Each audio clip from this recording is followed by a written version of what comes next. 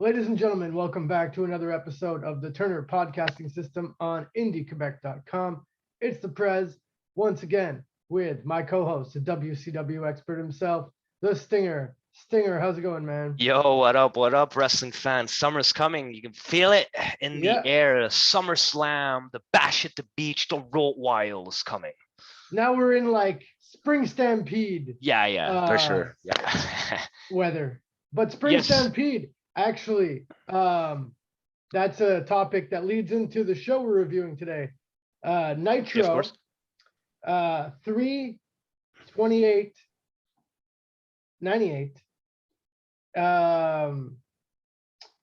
Yeah, it's from the Chicago, from the United Center, and yeah, sold out house, and it's leading in to the next pay-per-view coming up is Spring Stampede. Absolutely. And dude, Illinois was off the hook this Yeah, Nitro. it was They were completely sold out crazy. again. Dude, it looked like a pay-per-view, and it's that arena specifically, it was huge at the time. And I don't understand why, but the Nitro, well, no, it's not understandable, but those Nitros crowds were bigger than the pay-per-views sometimes. Like it's massive, bro. Yeah, exactly. That's it. Yeah, so this was a crazy Nitro, for sure, to say the least. And yeah, it starts off with a Thunder recap.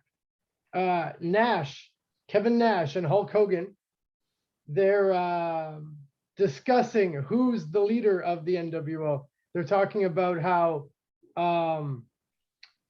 basically how the Wolfpack has a lot of popularity and they're like the heart and soul of the NWO. And Hogan's kind of like, whoa, like Hogan's trying to keep everyone together basically, but everyone's kind of like drifting apart in the NWO. Yeah, it seems to be that there's going to be a clash between Hulk Hogan, Hollywood Hulk Hogan, and Kevin Nash for the supremacy and the leadership of the NWO. So like they tossed and you Macho also Man. got Macho Man in there, who That's it. also But they wants to be the leader. they're tossing Macho Man on the side, so it's a triangle now, and you know that this is not looking good for Black and White. Also, Nash, what we realize is he says the word Wolfpack, meaning Yeah, it sparks up the beginning of the Wolfpack. the Wolfpack, the Starting to NWO call it the Wolfpack. Wolfpack. So this is the first mention of the actual Wolfpack, but not like the red, still not there, but it is literally the initial incident. Yeah, exactly. Yeah. That sparks this off. So it's like a really interesting time in WCW. Absolutely. We were treated again by great commentators, Mike Tenay, Larry Zabisco, who I love, by the way, huge fan, and Larry. Tony Giovanni. Larry's awesome. I like this style. To me, Larry's WCW, Giovanni's classic, and Mike Tenay, bro. Bobby Heenan as well with the breaks. So I realized that, like you said, it's true. On like the second hour, Heenan comes in, or Heenan usually like Tenay will come in. They switch in and out.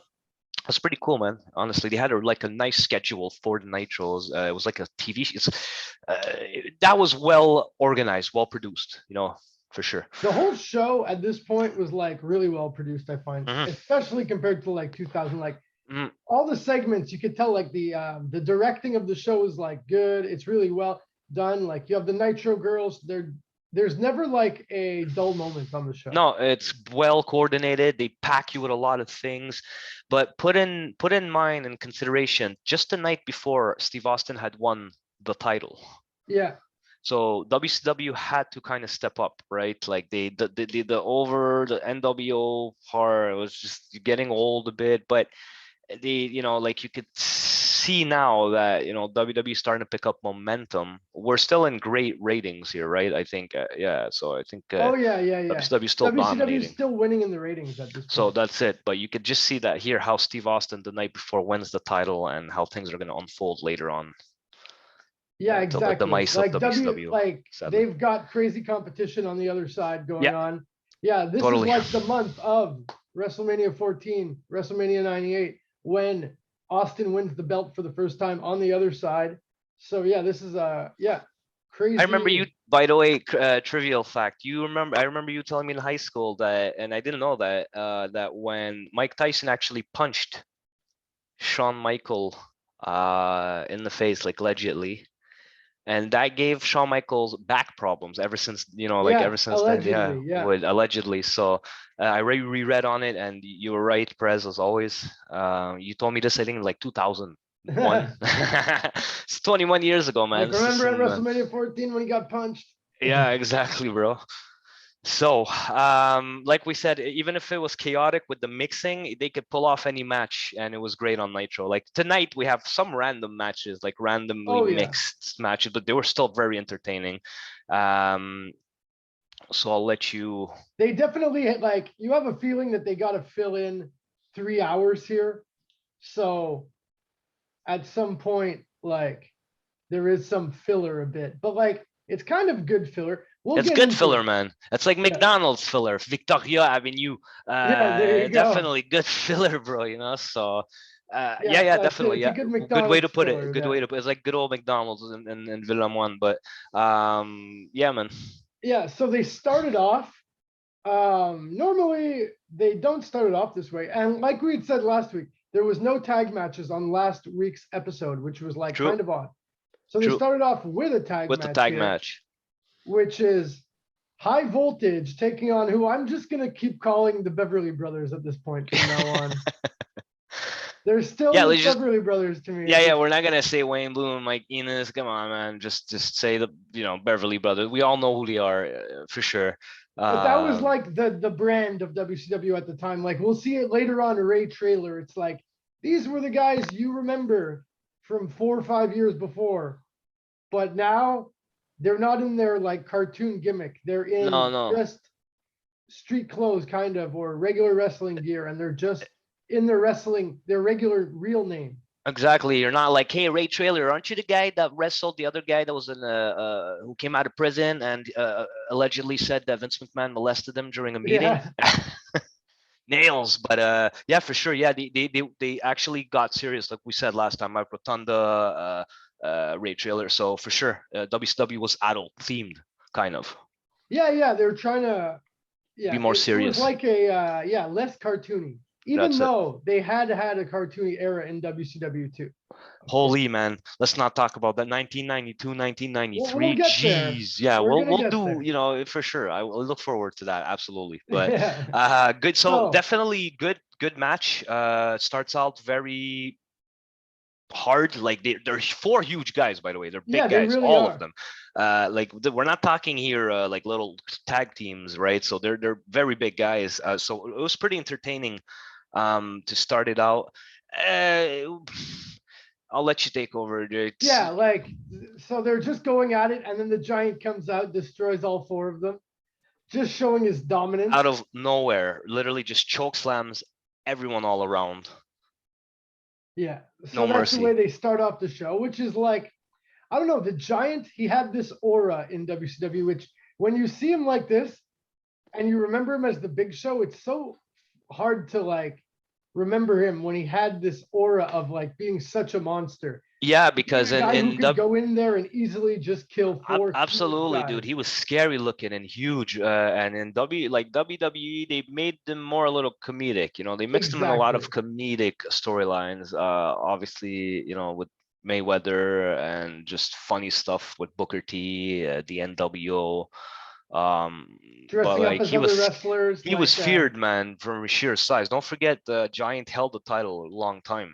94, 95. He won the belt in his first match. Yeah, that's it, man. So it's funny to see him here. Yeah, he just comes out, chokeslam everyone. Even me, I was scared a bit. I was like, damn, bro. Yeah, no, like, whoa. So Paul White chokeslammed everyone. So then afterwards, we get Piper, who comes out with the Giant, who comes back out with him, and yeah, they're talking about how they're going to have a bat match against Hogan and Nash at Spring Stampede, the upcoming pay-per-view. Yeah, will be in April. There's a slogan for Hogan. He's funny, man. Piper. He cut an awesome promo. What did he say? Awesome on the mic. Amazing, and he came out on top with a Cubs hat cap. Like red. So for sure the Chicago Cubs legendary. There's a slogan for Hogan. Yeah. Anyways, but he pulled a good promo. Honestly, he's hilarious, man. Rest in peace. We're really one of the all-time bests.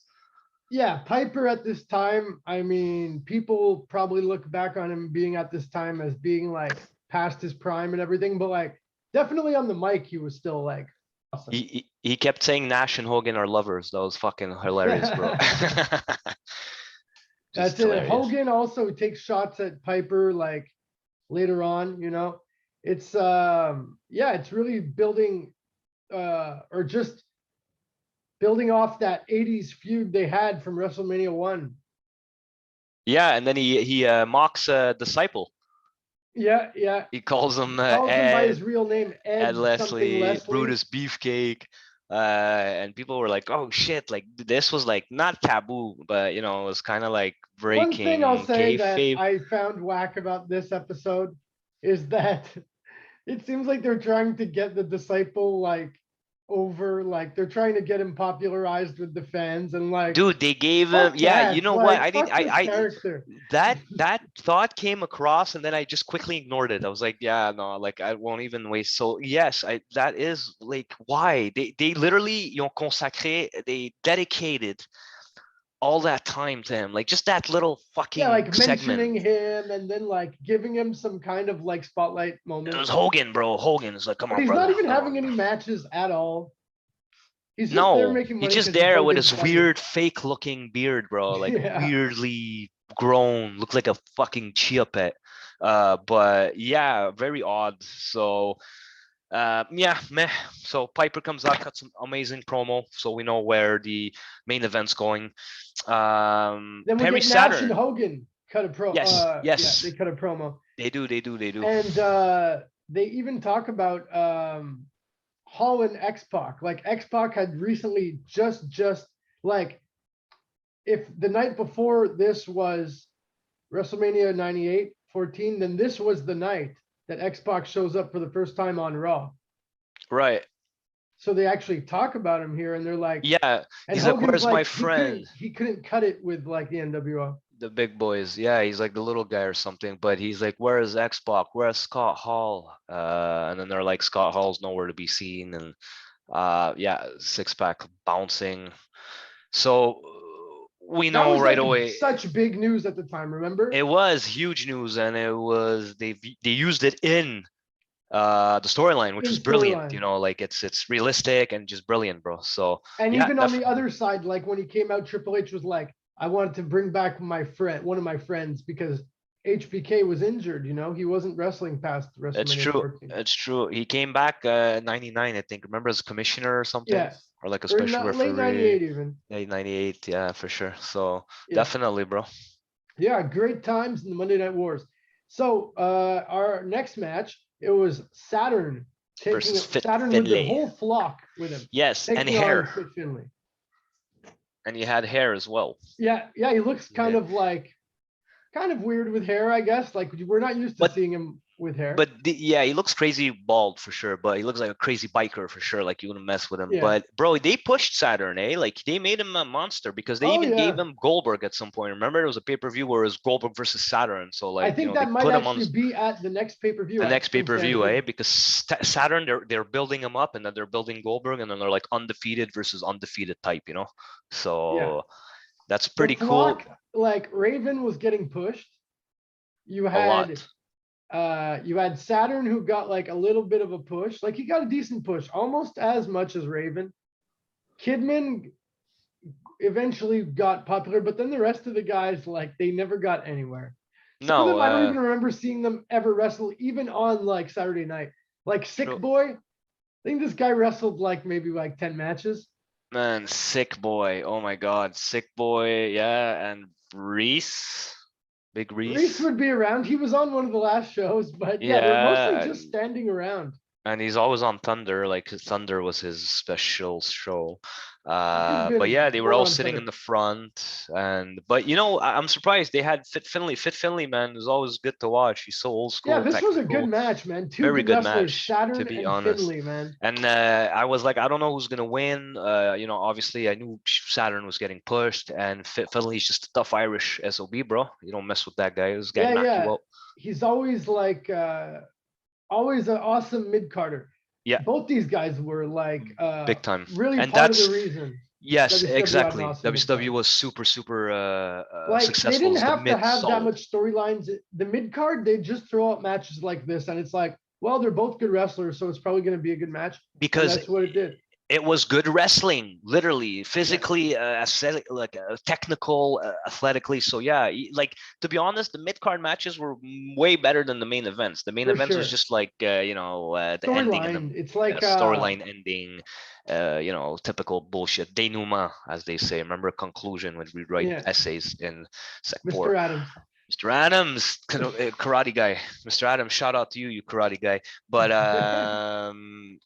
great match, to be honest. I was waiting for Saturn to do the Death Valley driver, Yeah, yeah, but then that he was one of his slaps on. patented finishers. That's But he it, used and the then rings but he of slapped on Saturn to the put him Rings of away. Saturn, which was kind of, it looks like a crossface. It's like a mid body crossface where you're pulling him up. Grab both Pretty arms. painful for sure. So he takes the win. I was surprised, but it wasn't like he dominated Fit Finley because it was close technical. So great match.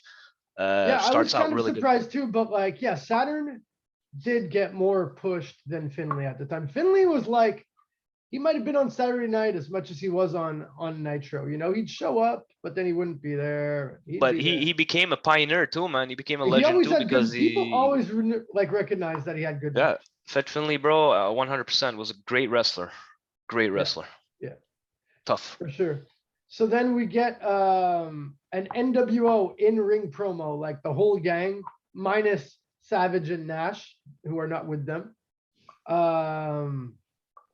Basically, they're talking about Piper. Hogan's like making fun of Piper. Bischoff is there. They're talking shit. Then eventually Nash ends up coming out. Hogan says he's not letting any of the NWO members team with Nash tonight because Nash has to find a partner to team with him because he's taking on Sting and Luger later on in the show. Oh man, yeah.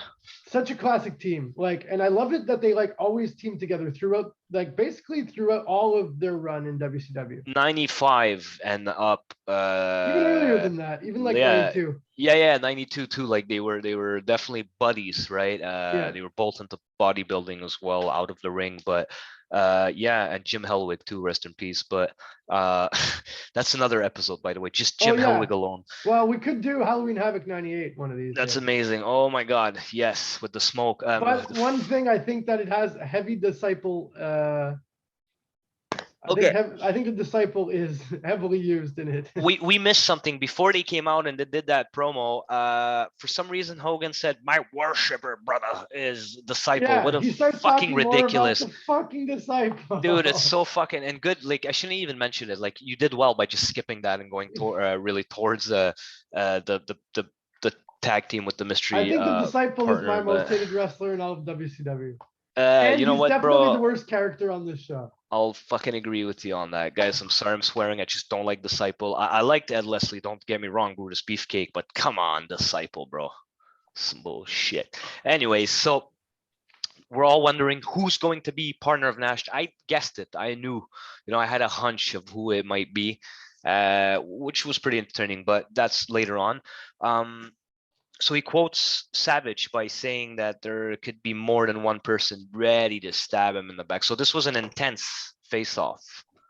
Yeah, Hogan's like, fuck. He's like, he's not sure. He's kind of like, it's like chaotic. It's very chaotic. So yeah, exactly.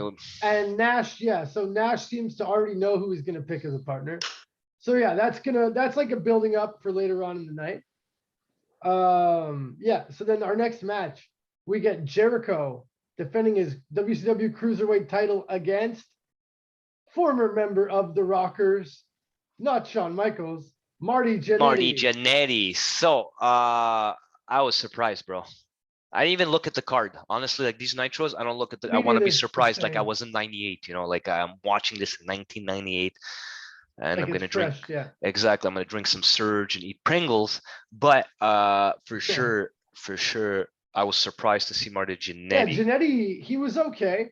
Like Jericho puts him away pretty quick, but Jannetty still has the quickness.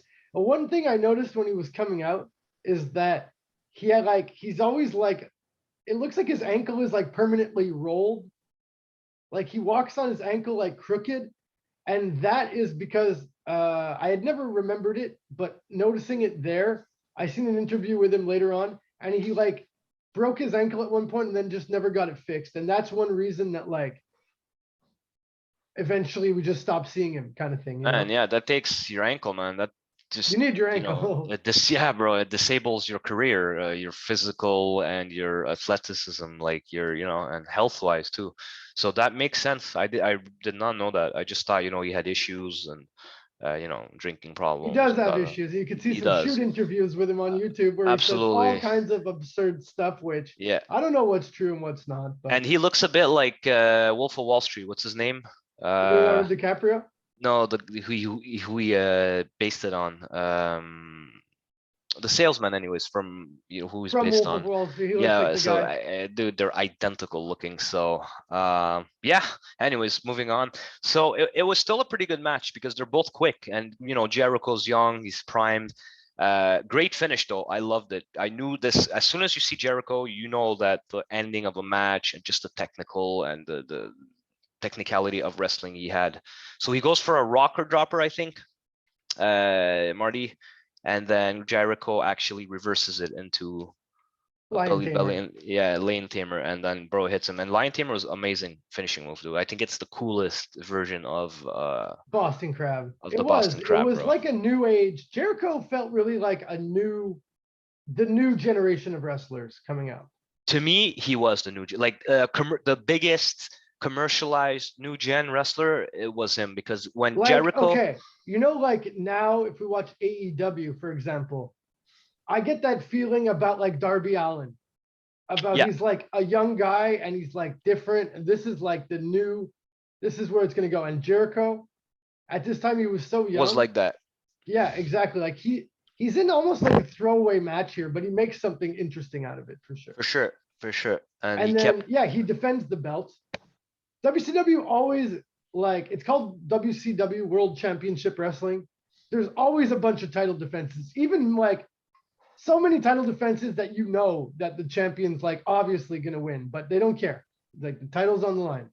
Yeah, you know, and you're Like still you gonna think watch Marty it. Jannetty was gonna become cruiserweight champion? Hell no, bro. You know what I Never, bro. mean? Never, bro. Yeah. Definitely So WWF tag team champion. afterwards, Jericho cuts one of his most memorable promos, maybe not of his career, but definitely of WCW, probably of his career, where he has this list where he's saying like, I'm the real man of 1,004 holds, and that Dean Malenko doesn't know 1,000 holds. And he brings out this list of old computer paper, and he's like naming off every single move that he knows. And then it goes to commercial break, which we don't have to sit through anymore, not having to watch it live.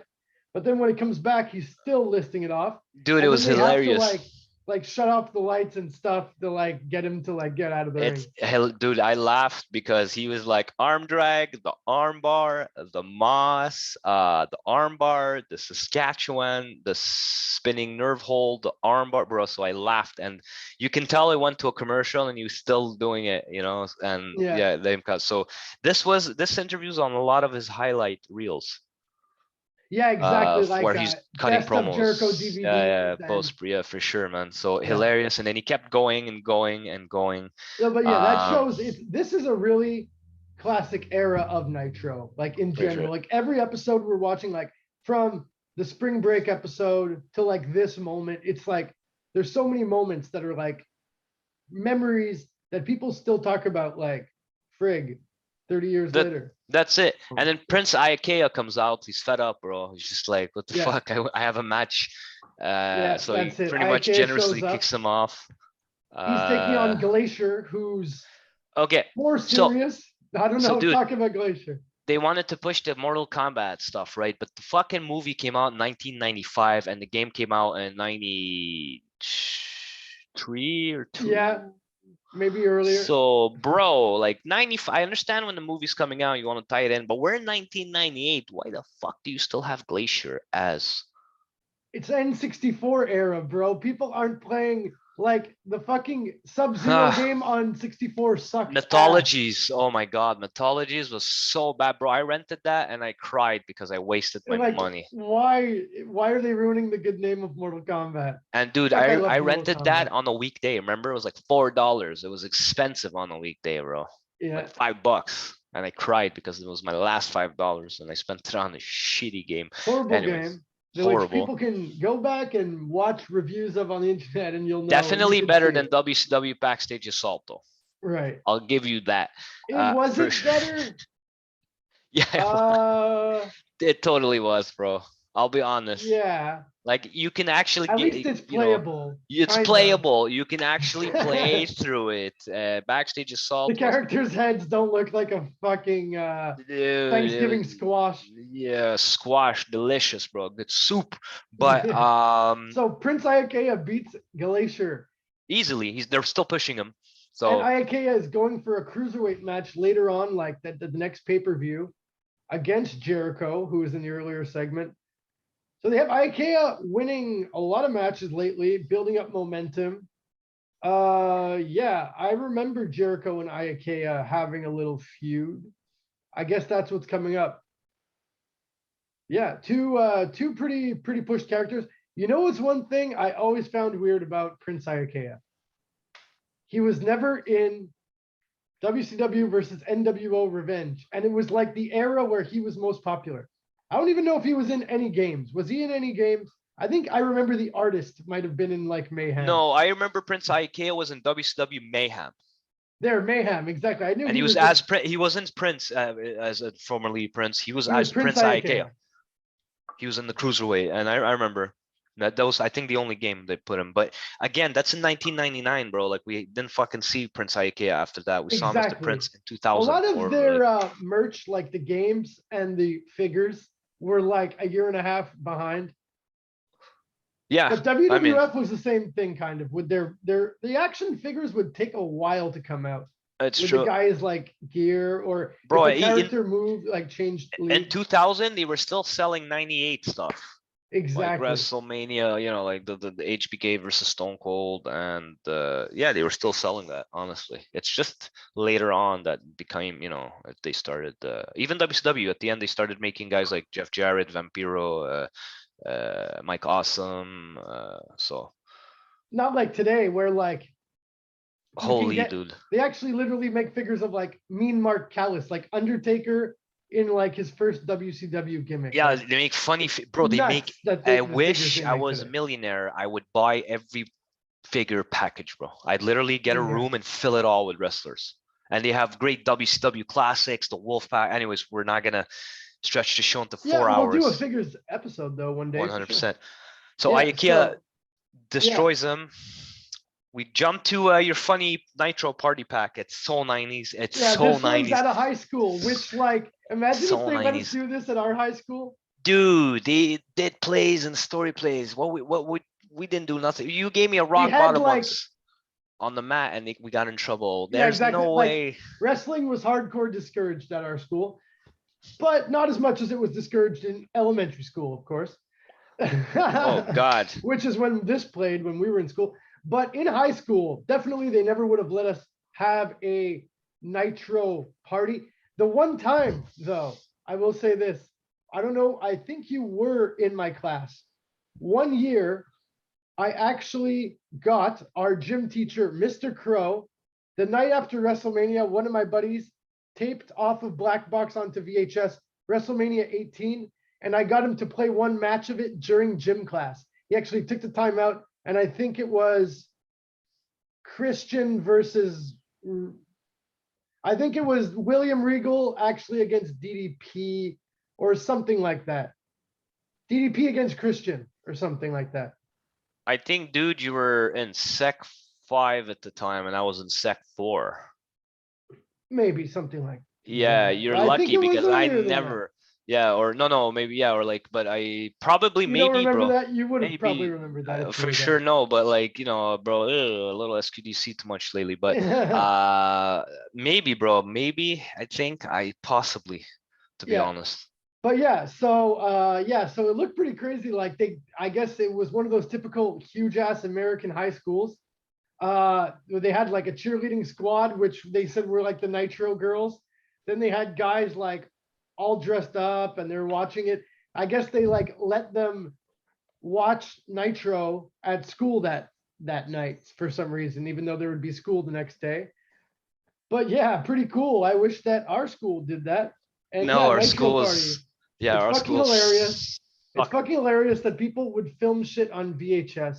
Dude, our Dude, school sucked. because look, the thing about VHS, the VHS camcorders, when VHS was like the main fucking media, you could just film shit and then it's like, I've got it on VHS.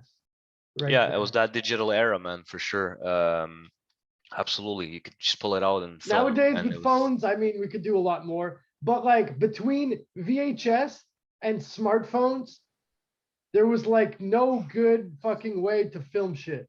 Yeah, You had to have a dude. really high-end camera and then have to know how to fucking edit, That's which, true, man. you know, there's a lot of gatekeeping in that and fucking stuff is expensive.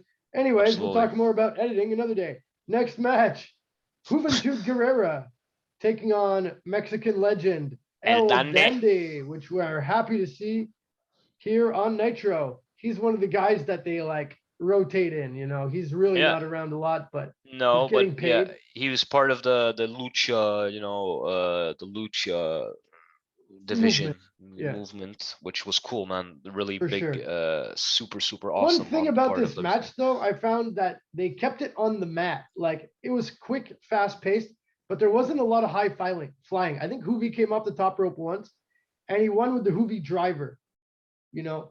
So it wasn't like a really crazy high flying match that you would do. Yeah, like, it was technical, you know, like on the mat. Yeah, it was a wrestling match. It was more wrestling mat based, which was cool. And they saved the high flying, I guess, for, you know, other matches on the show. But yeah.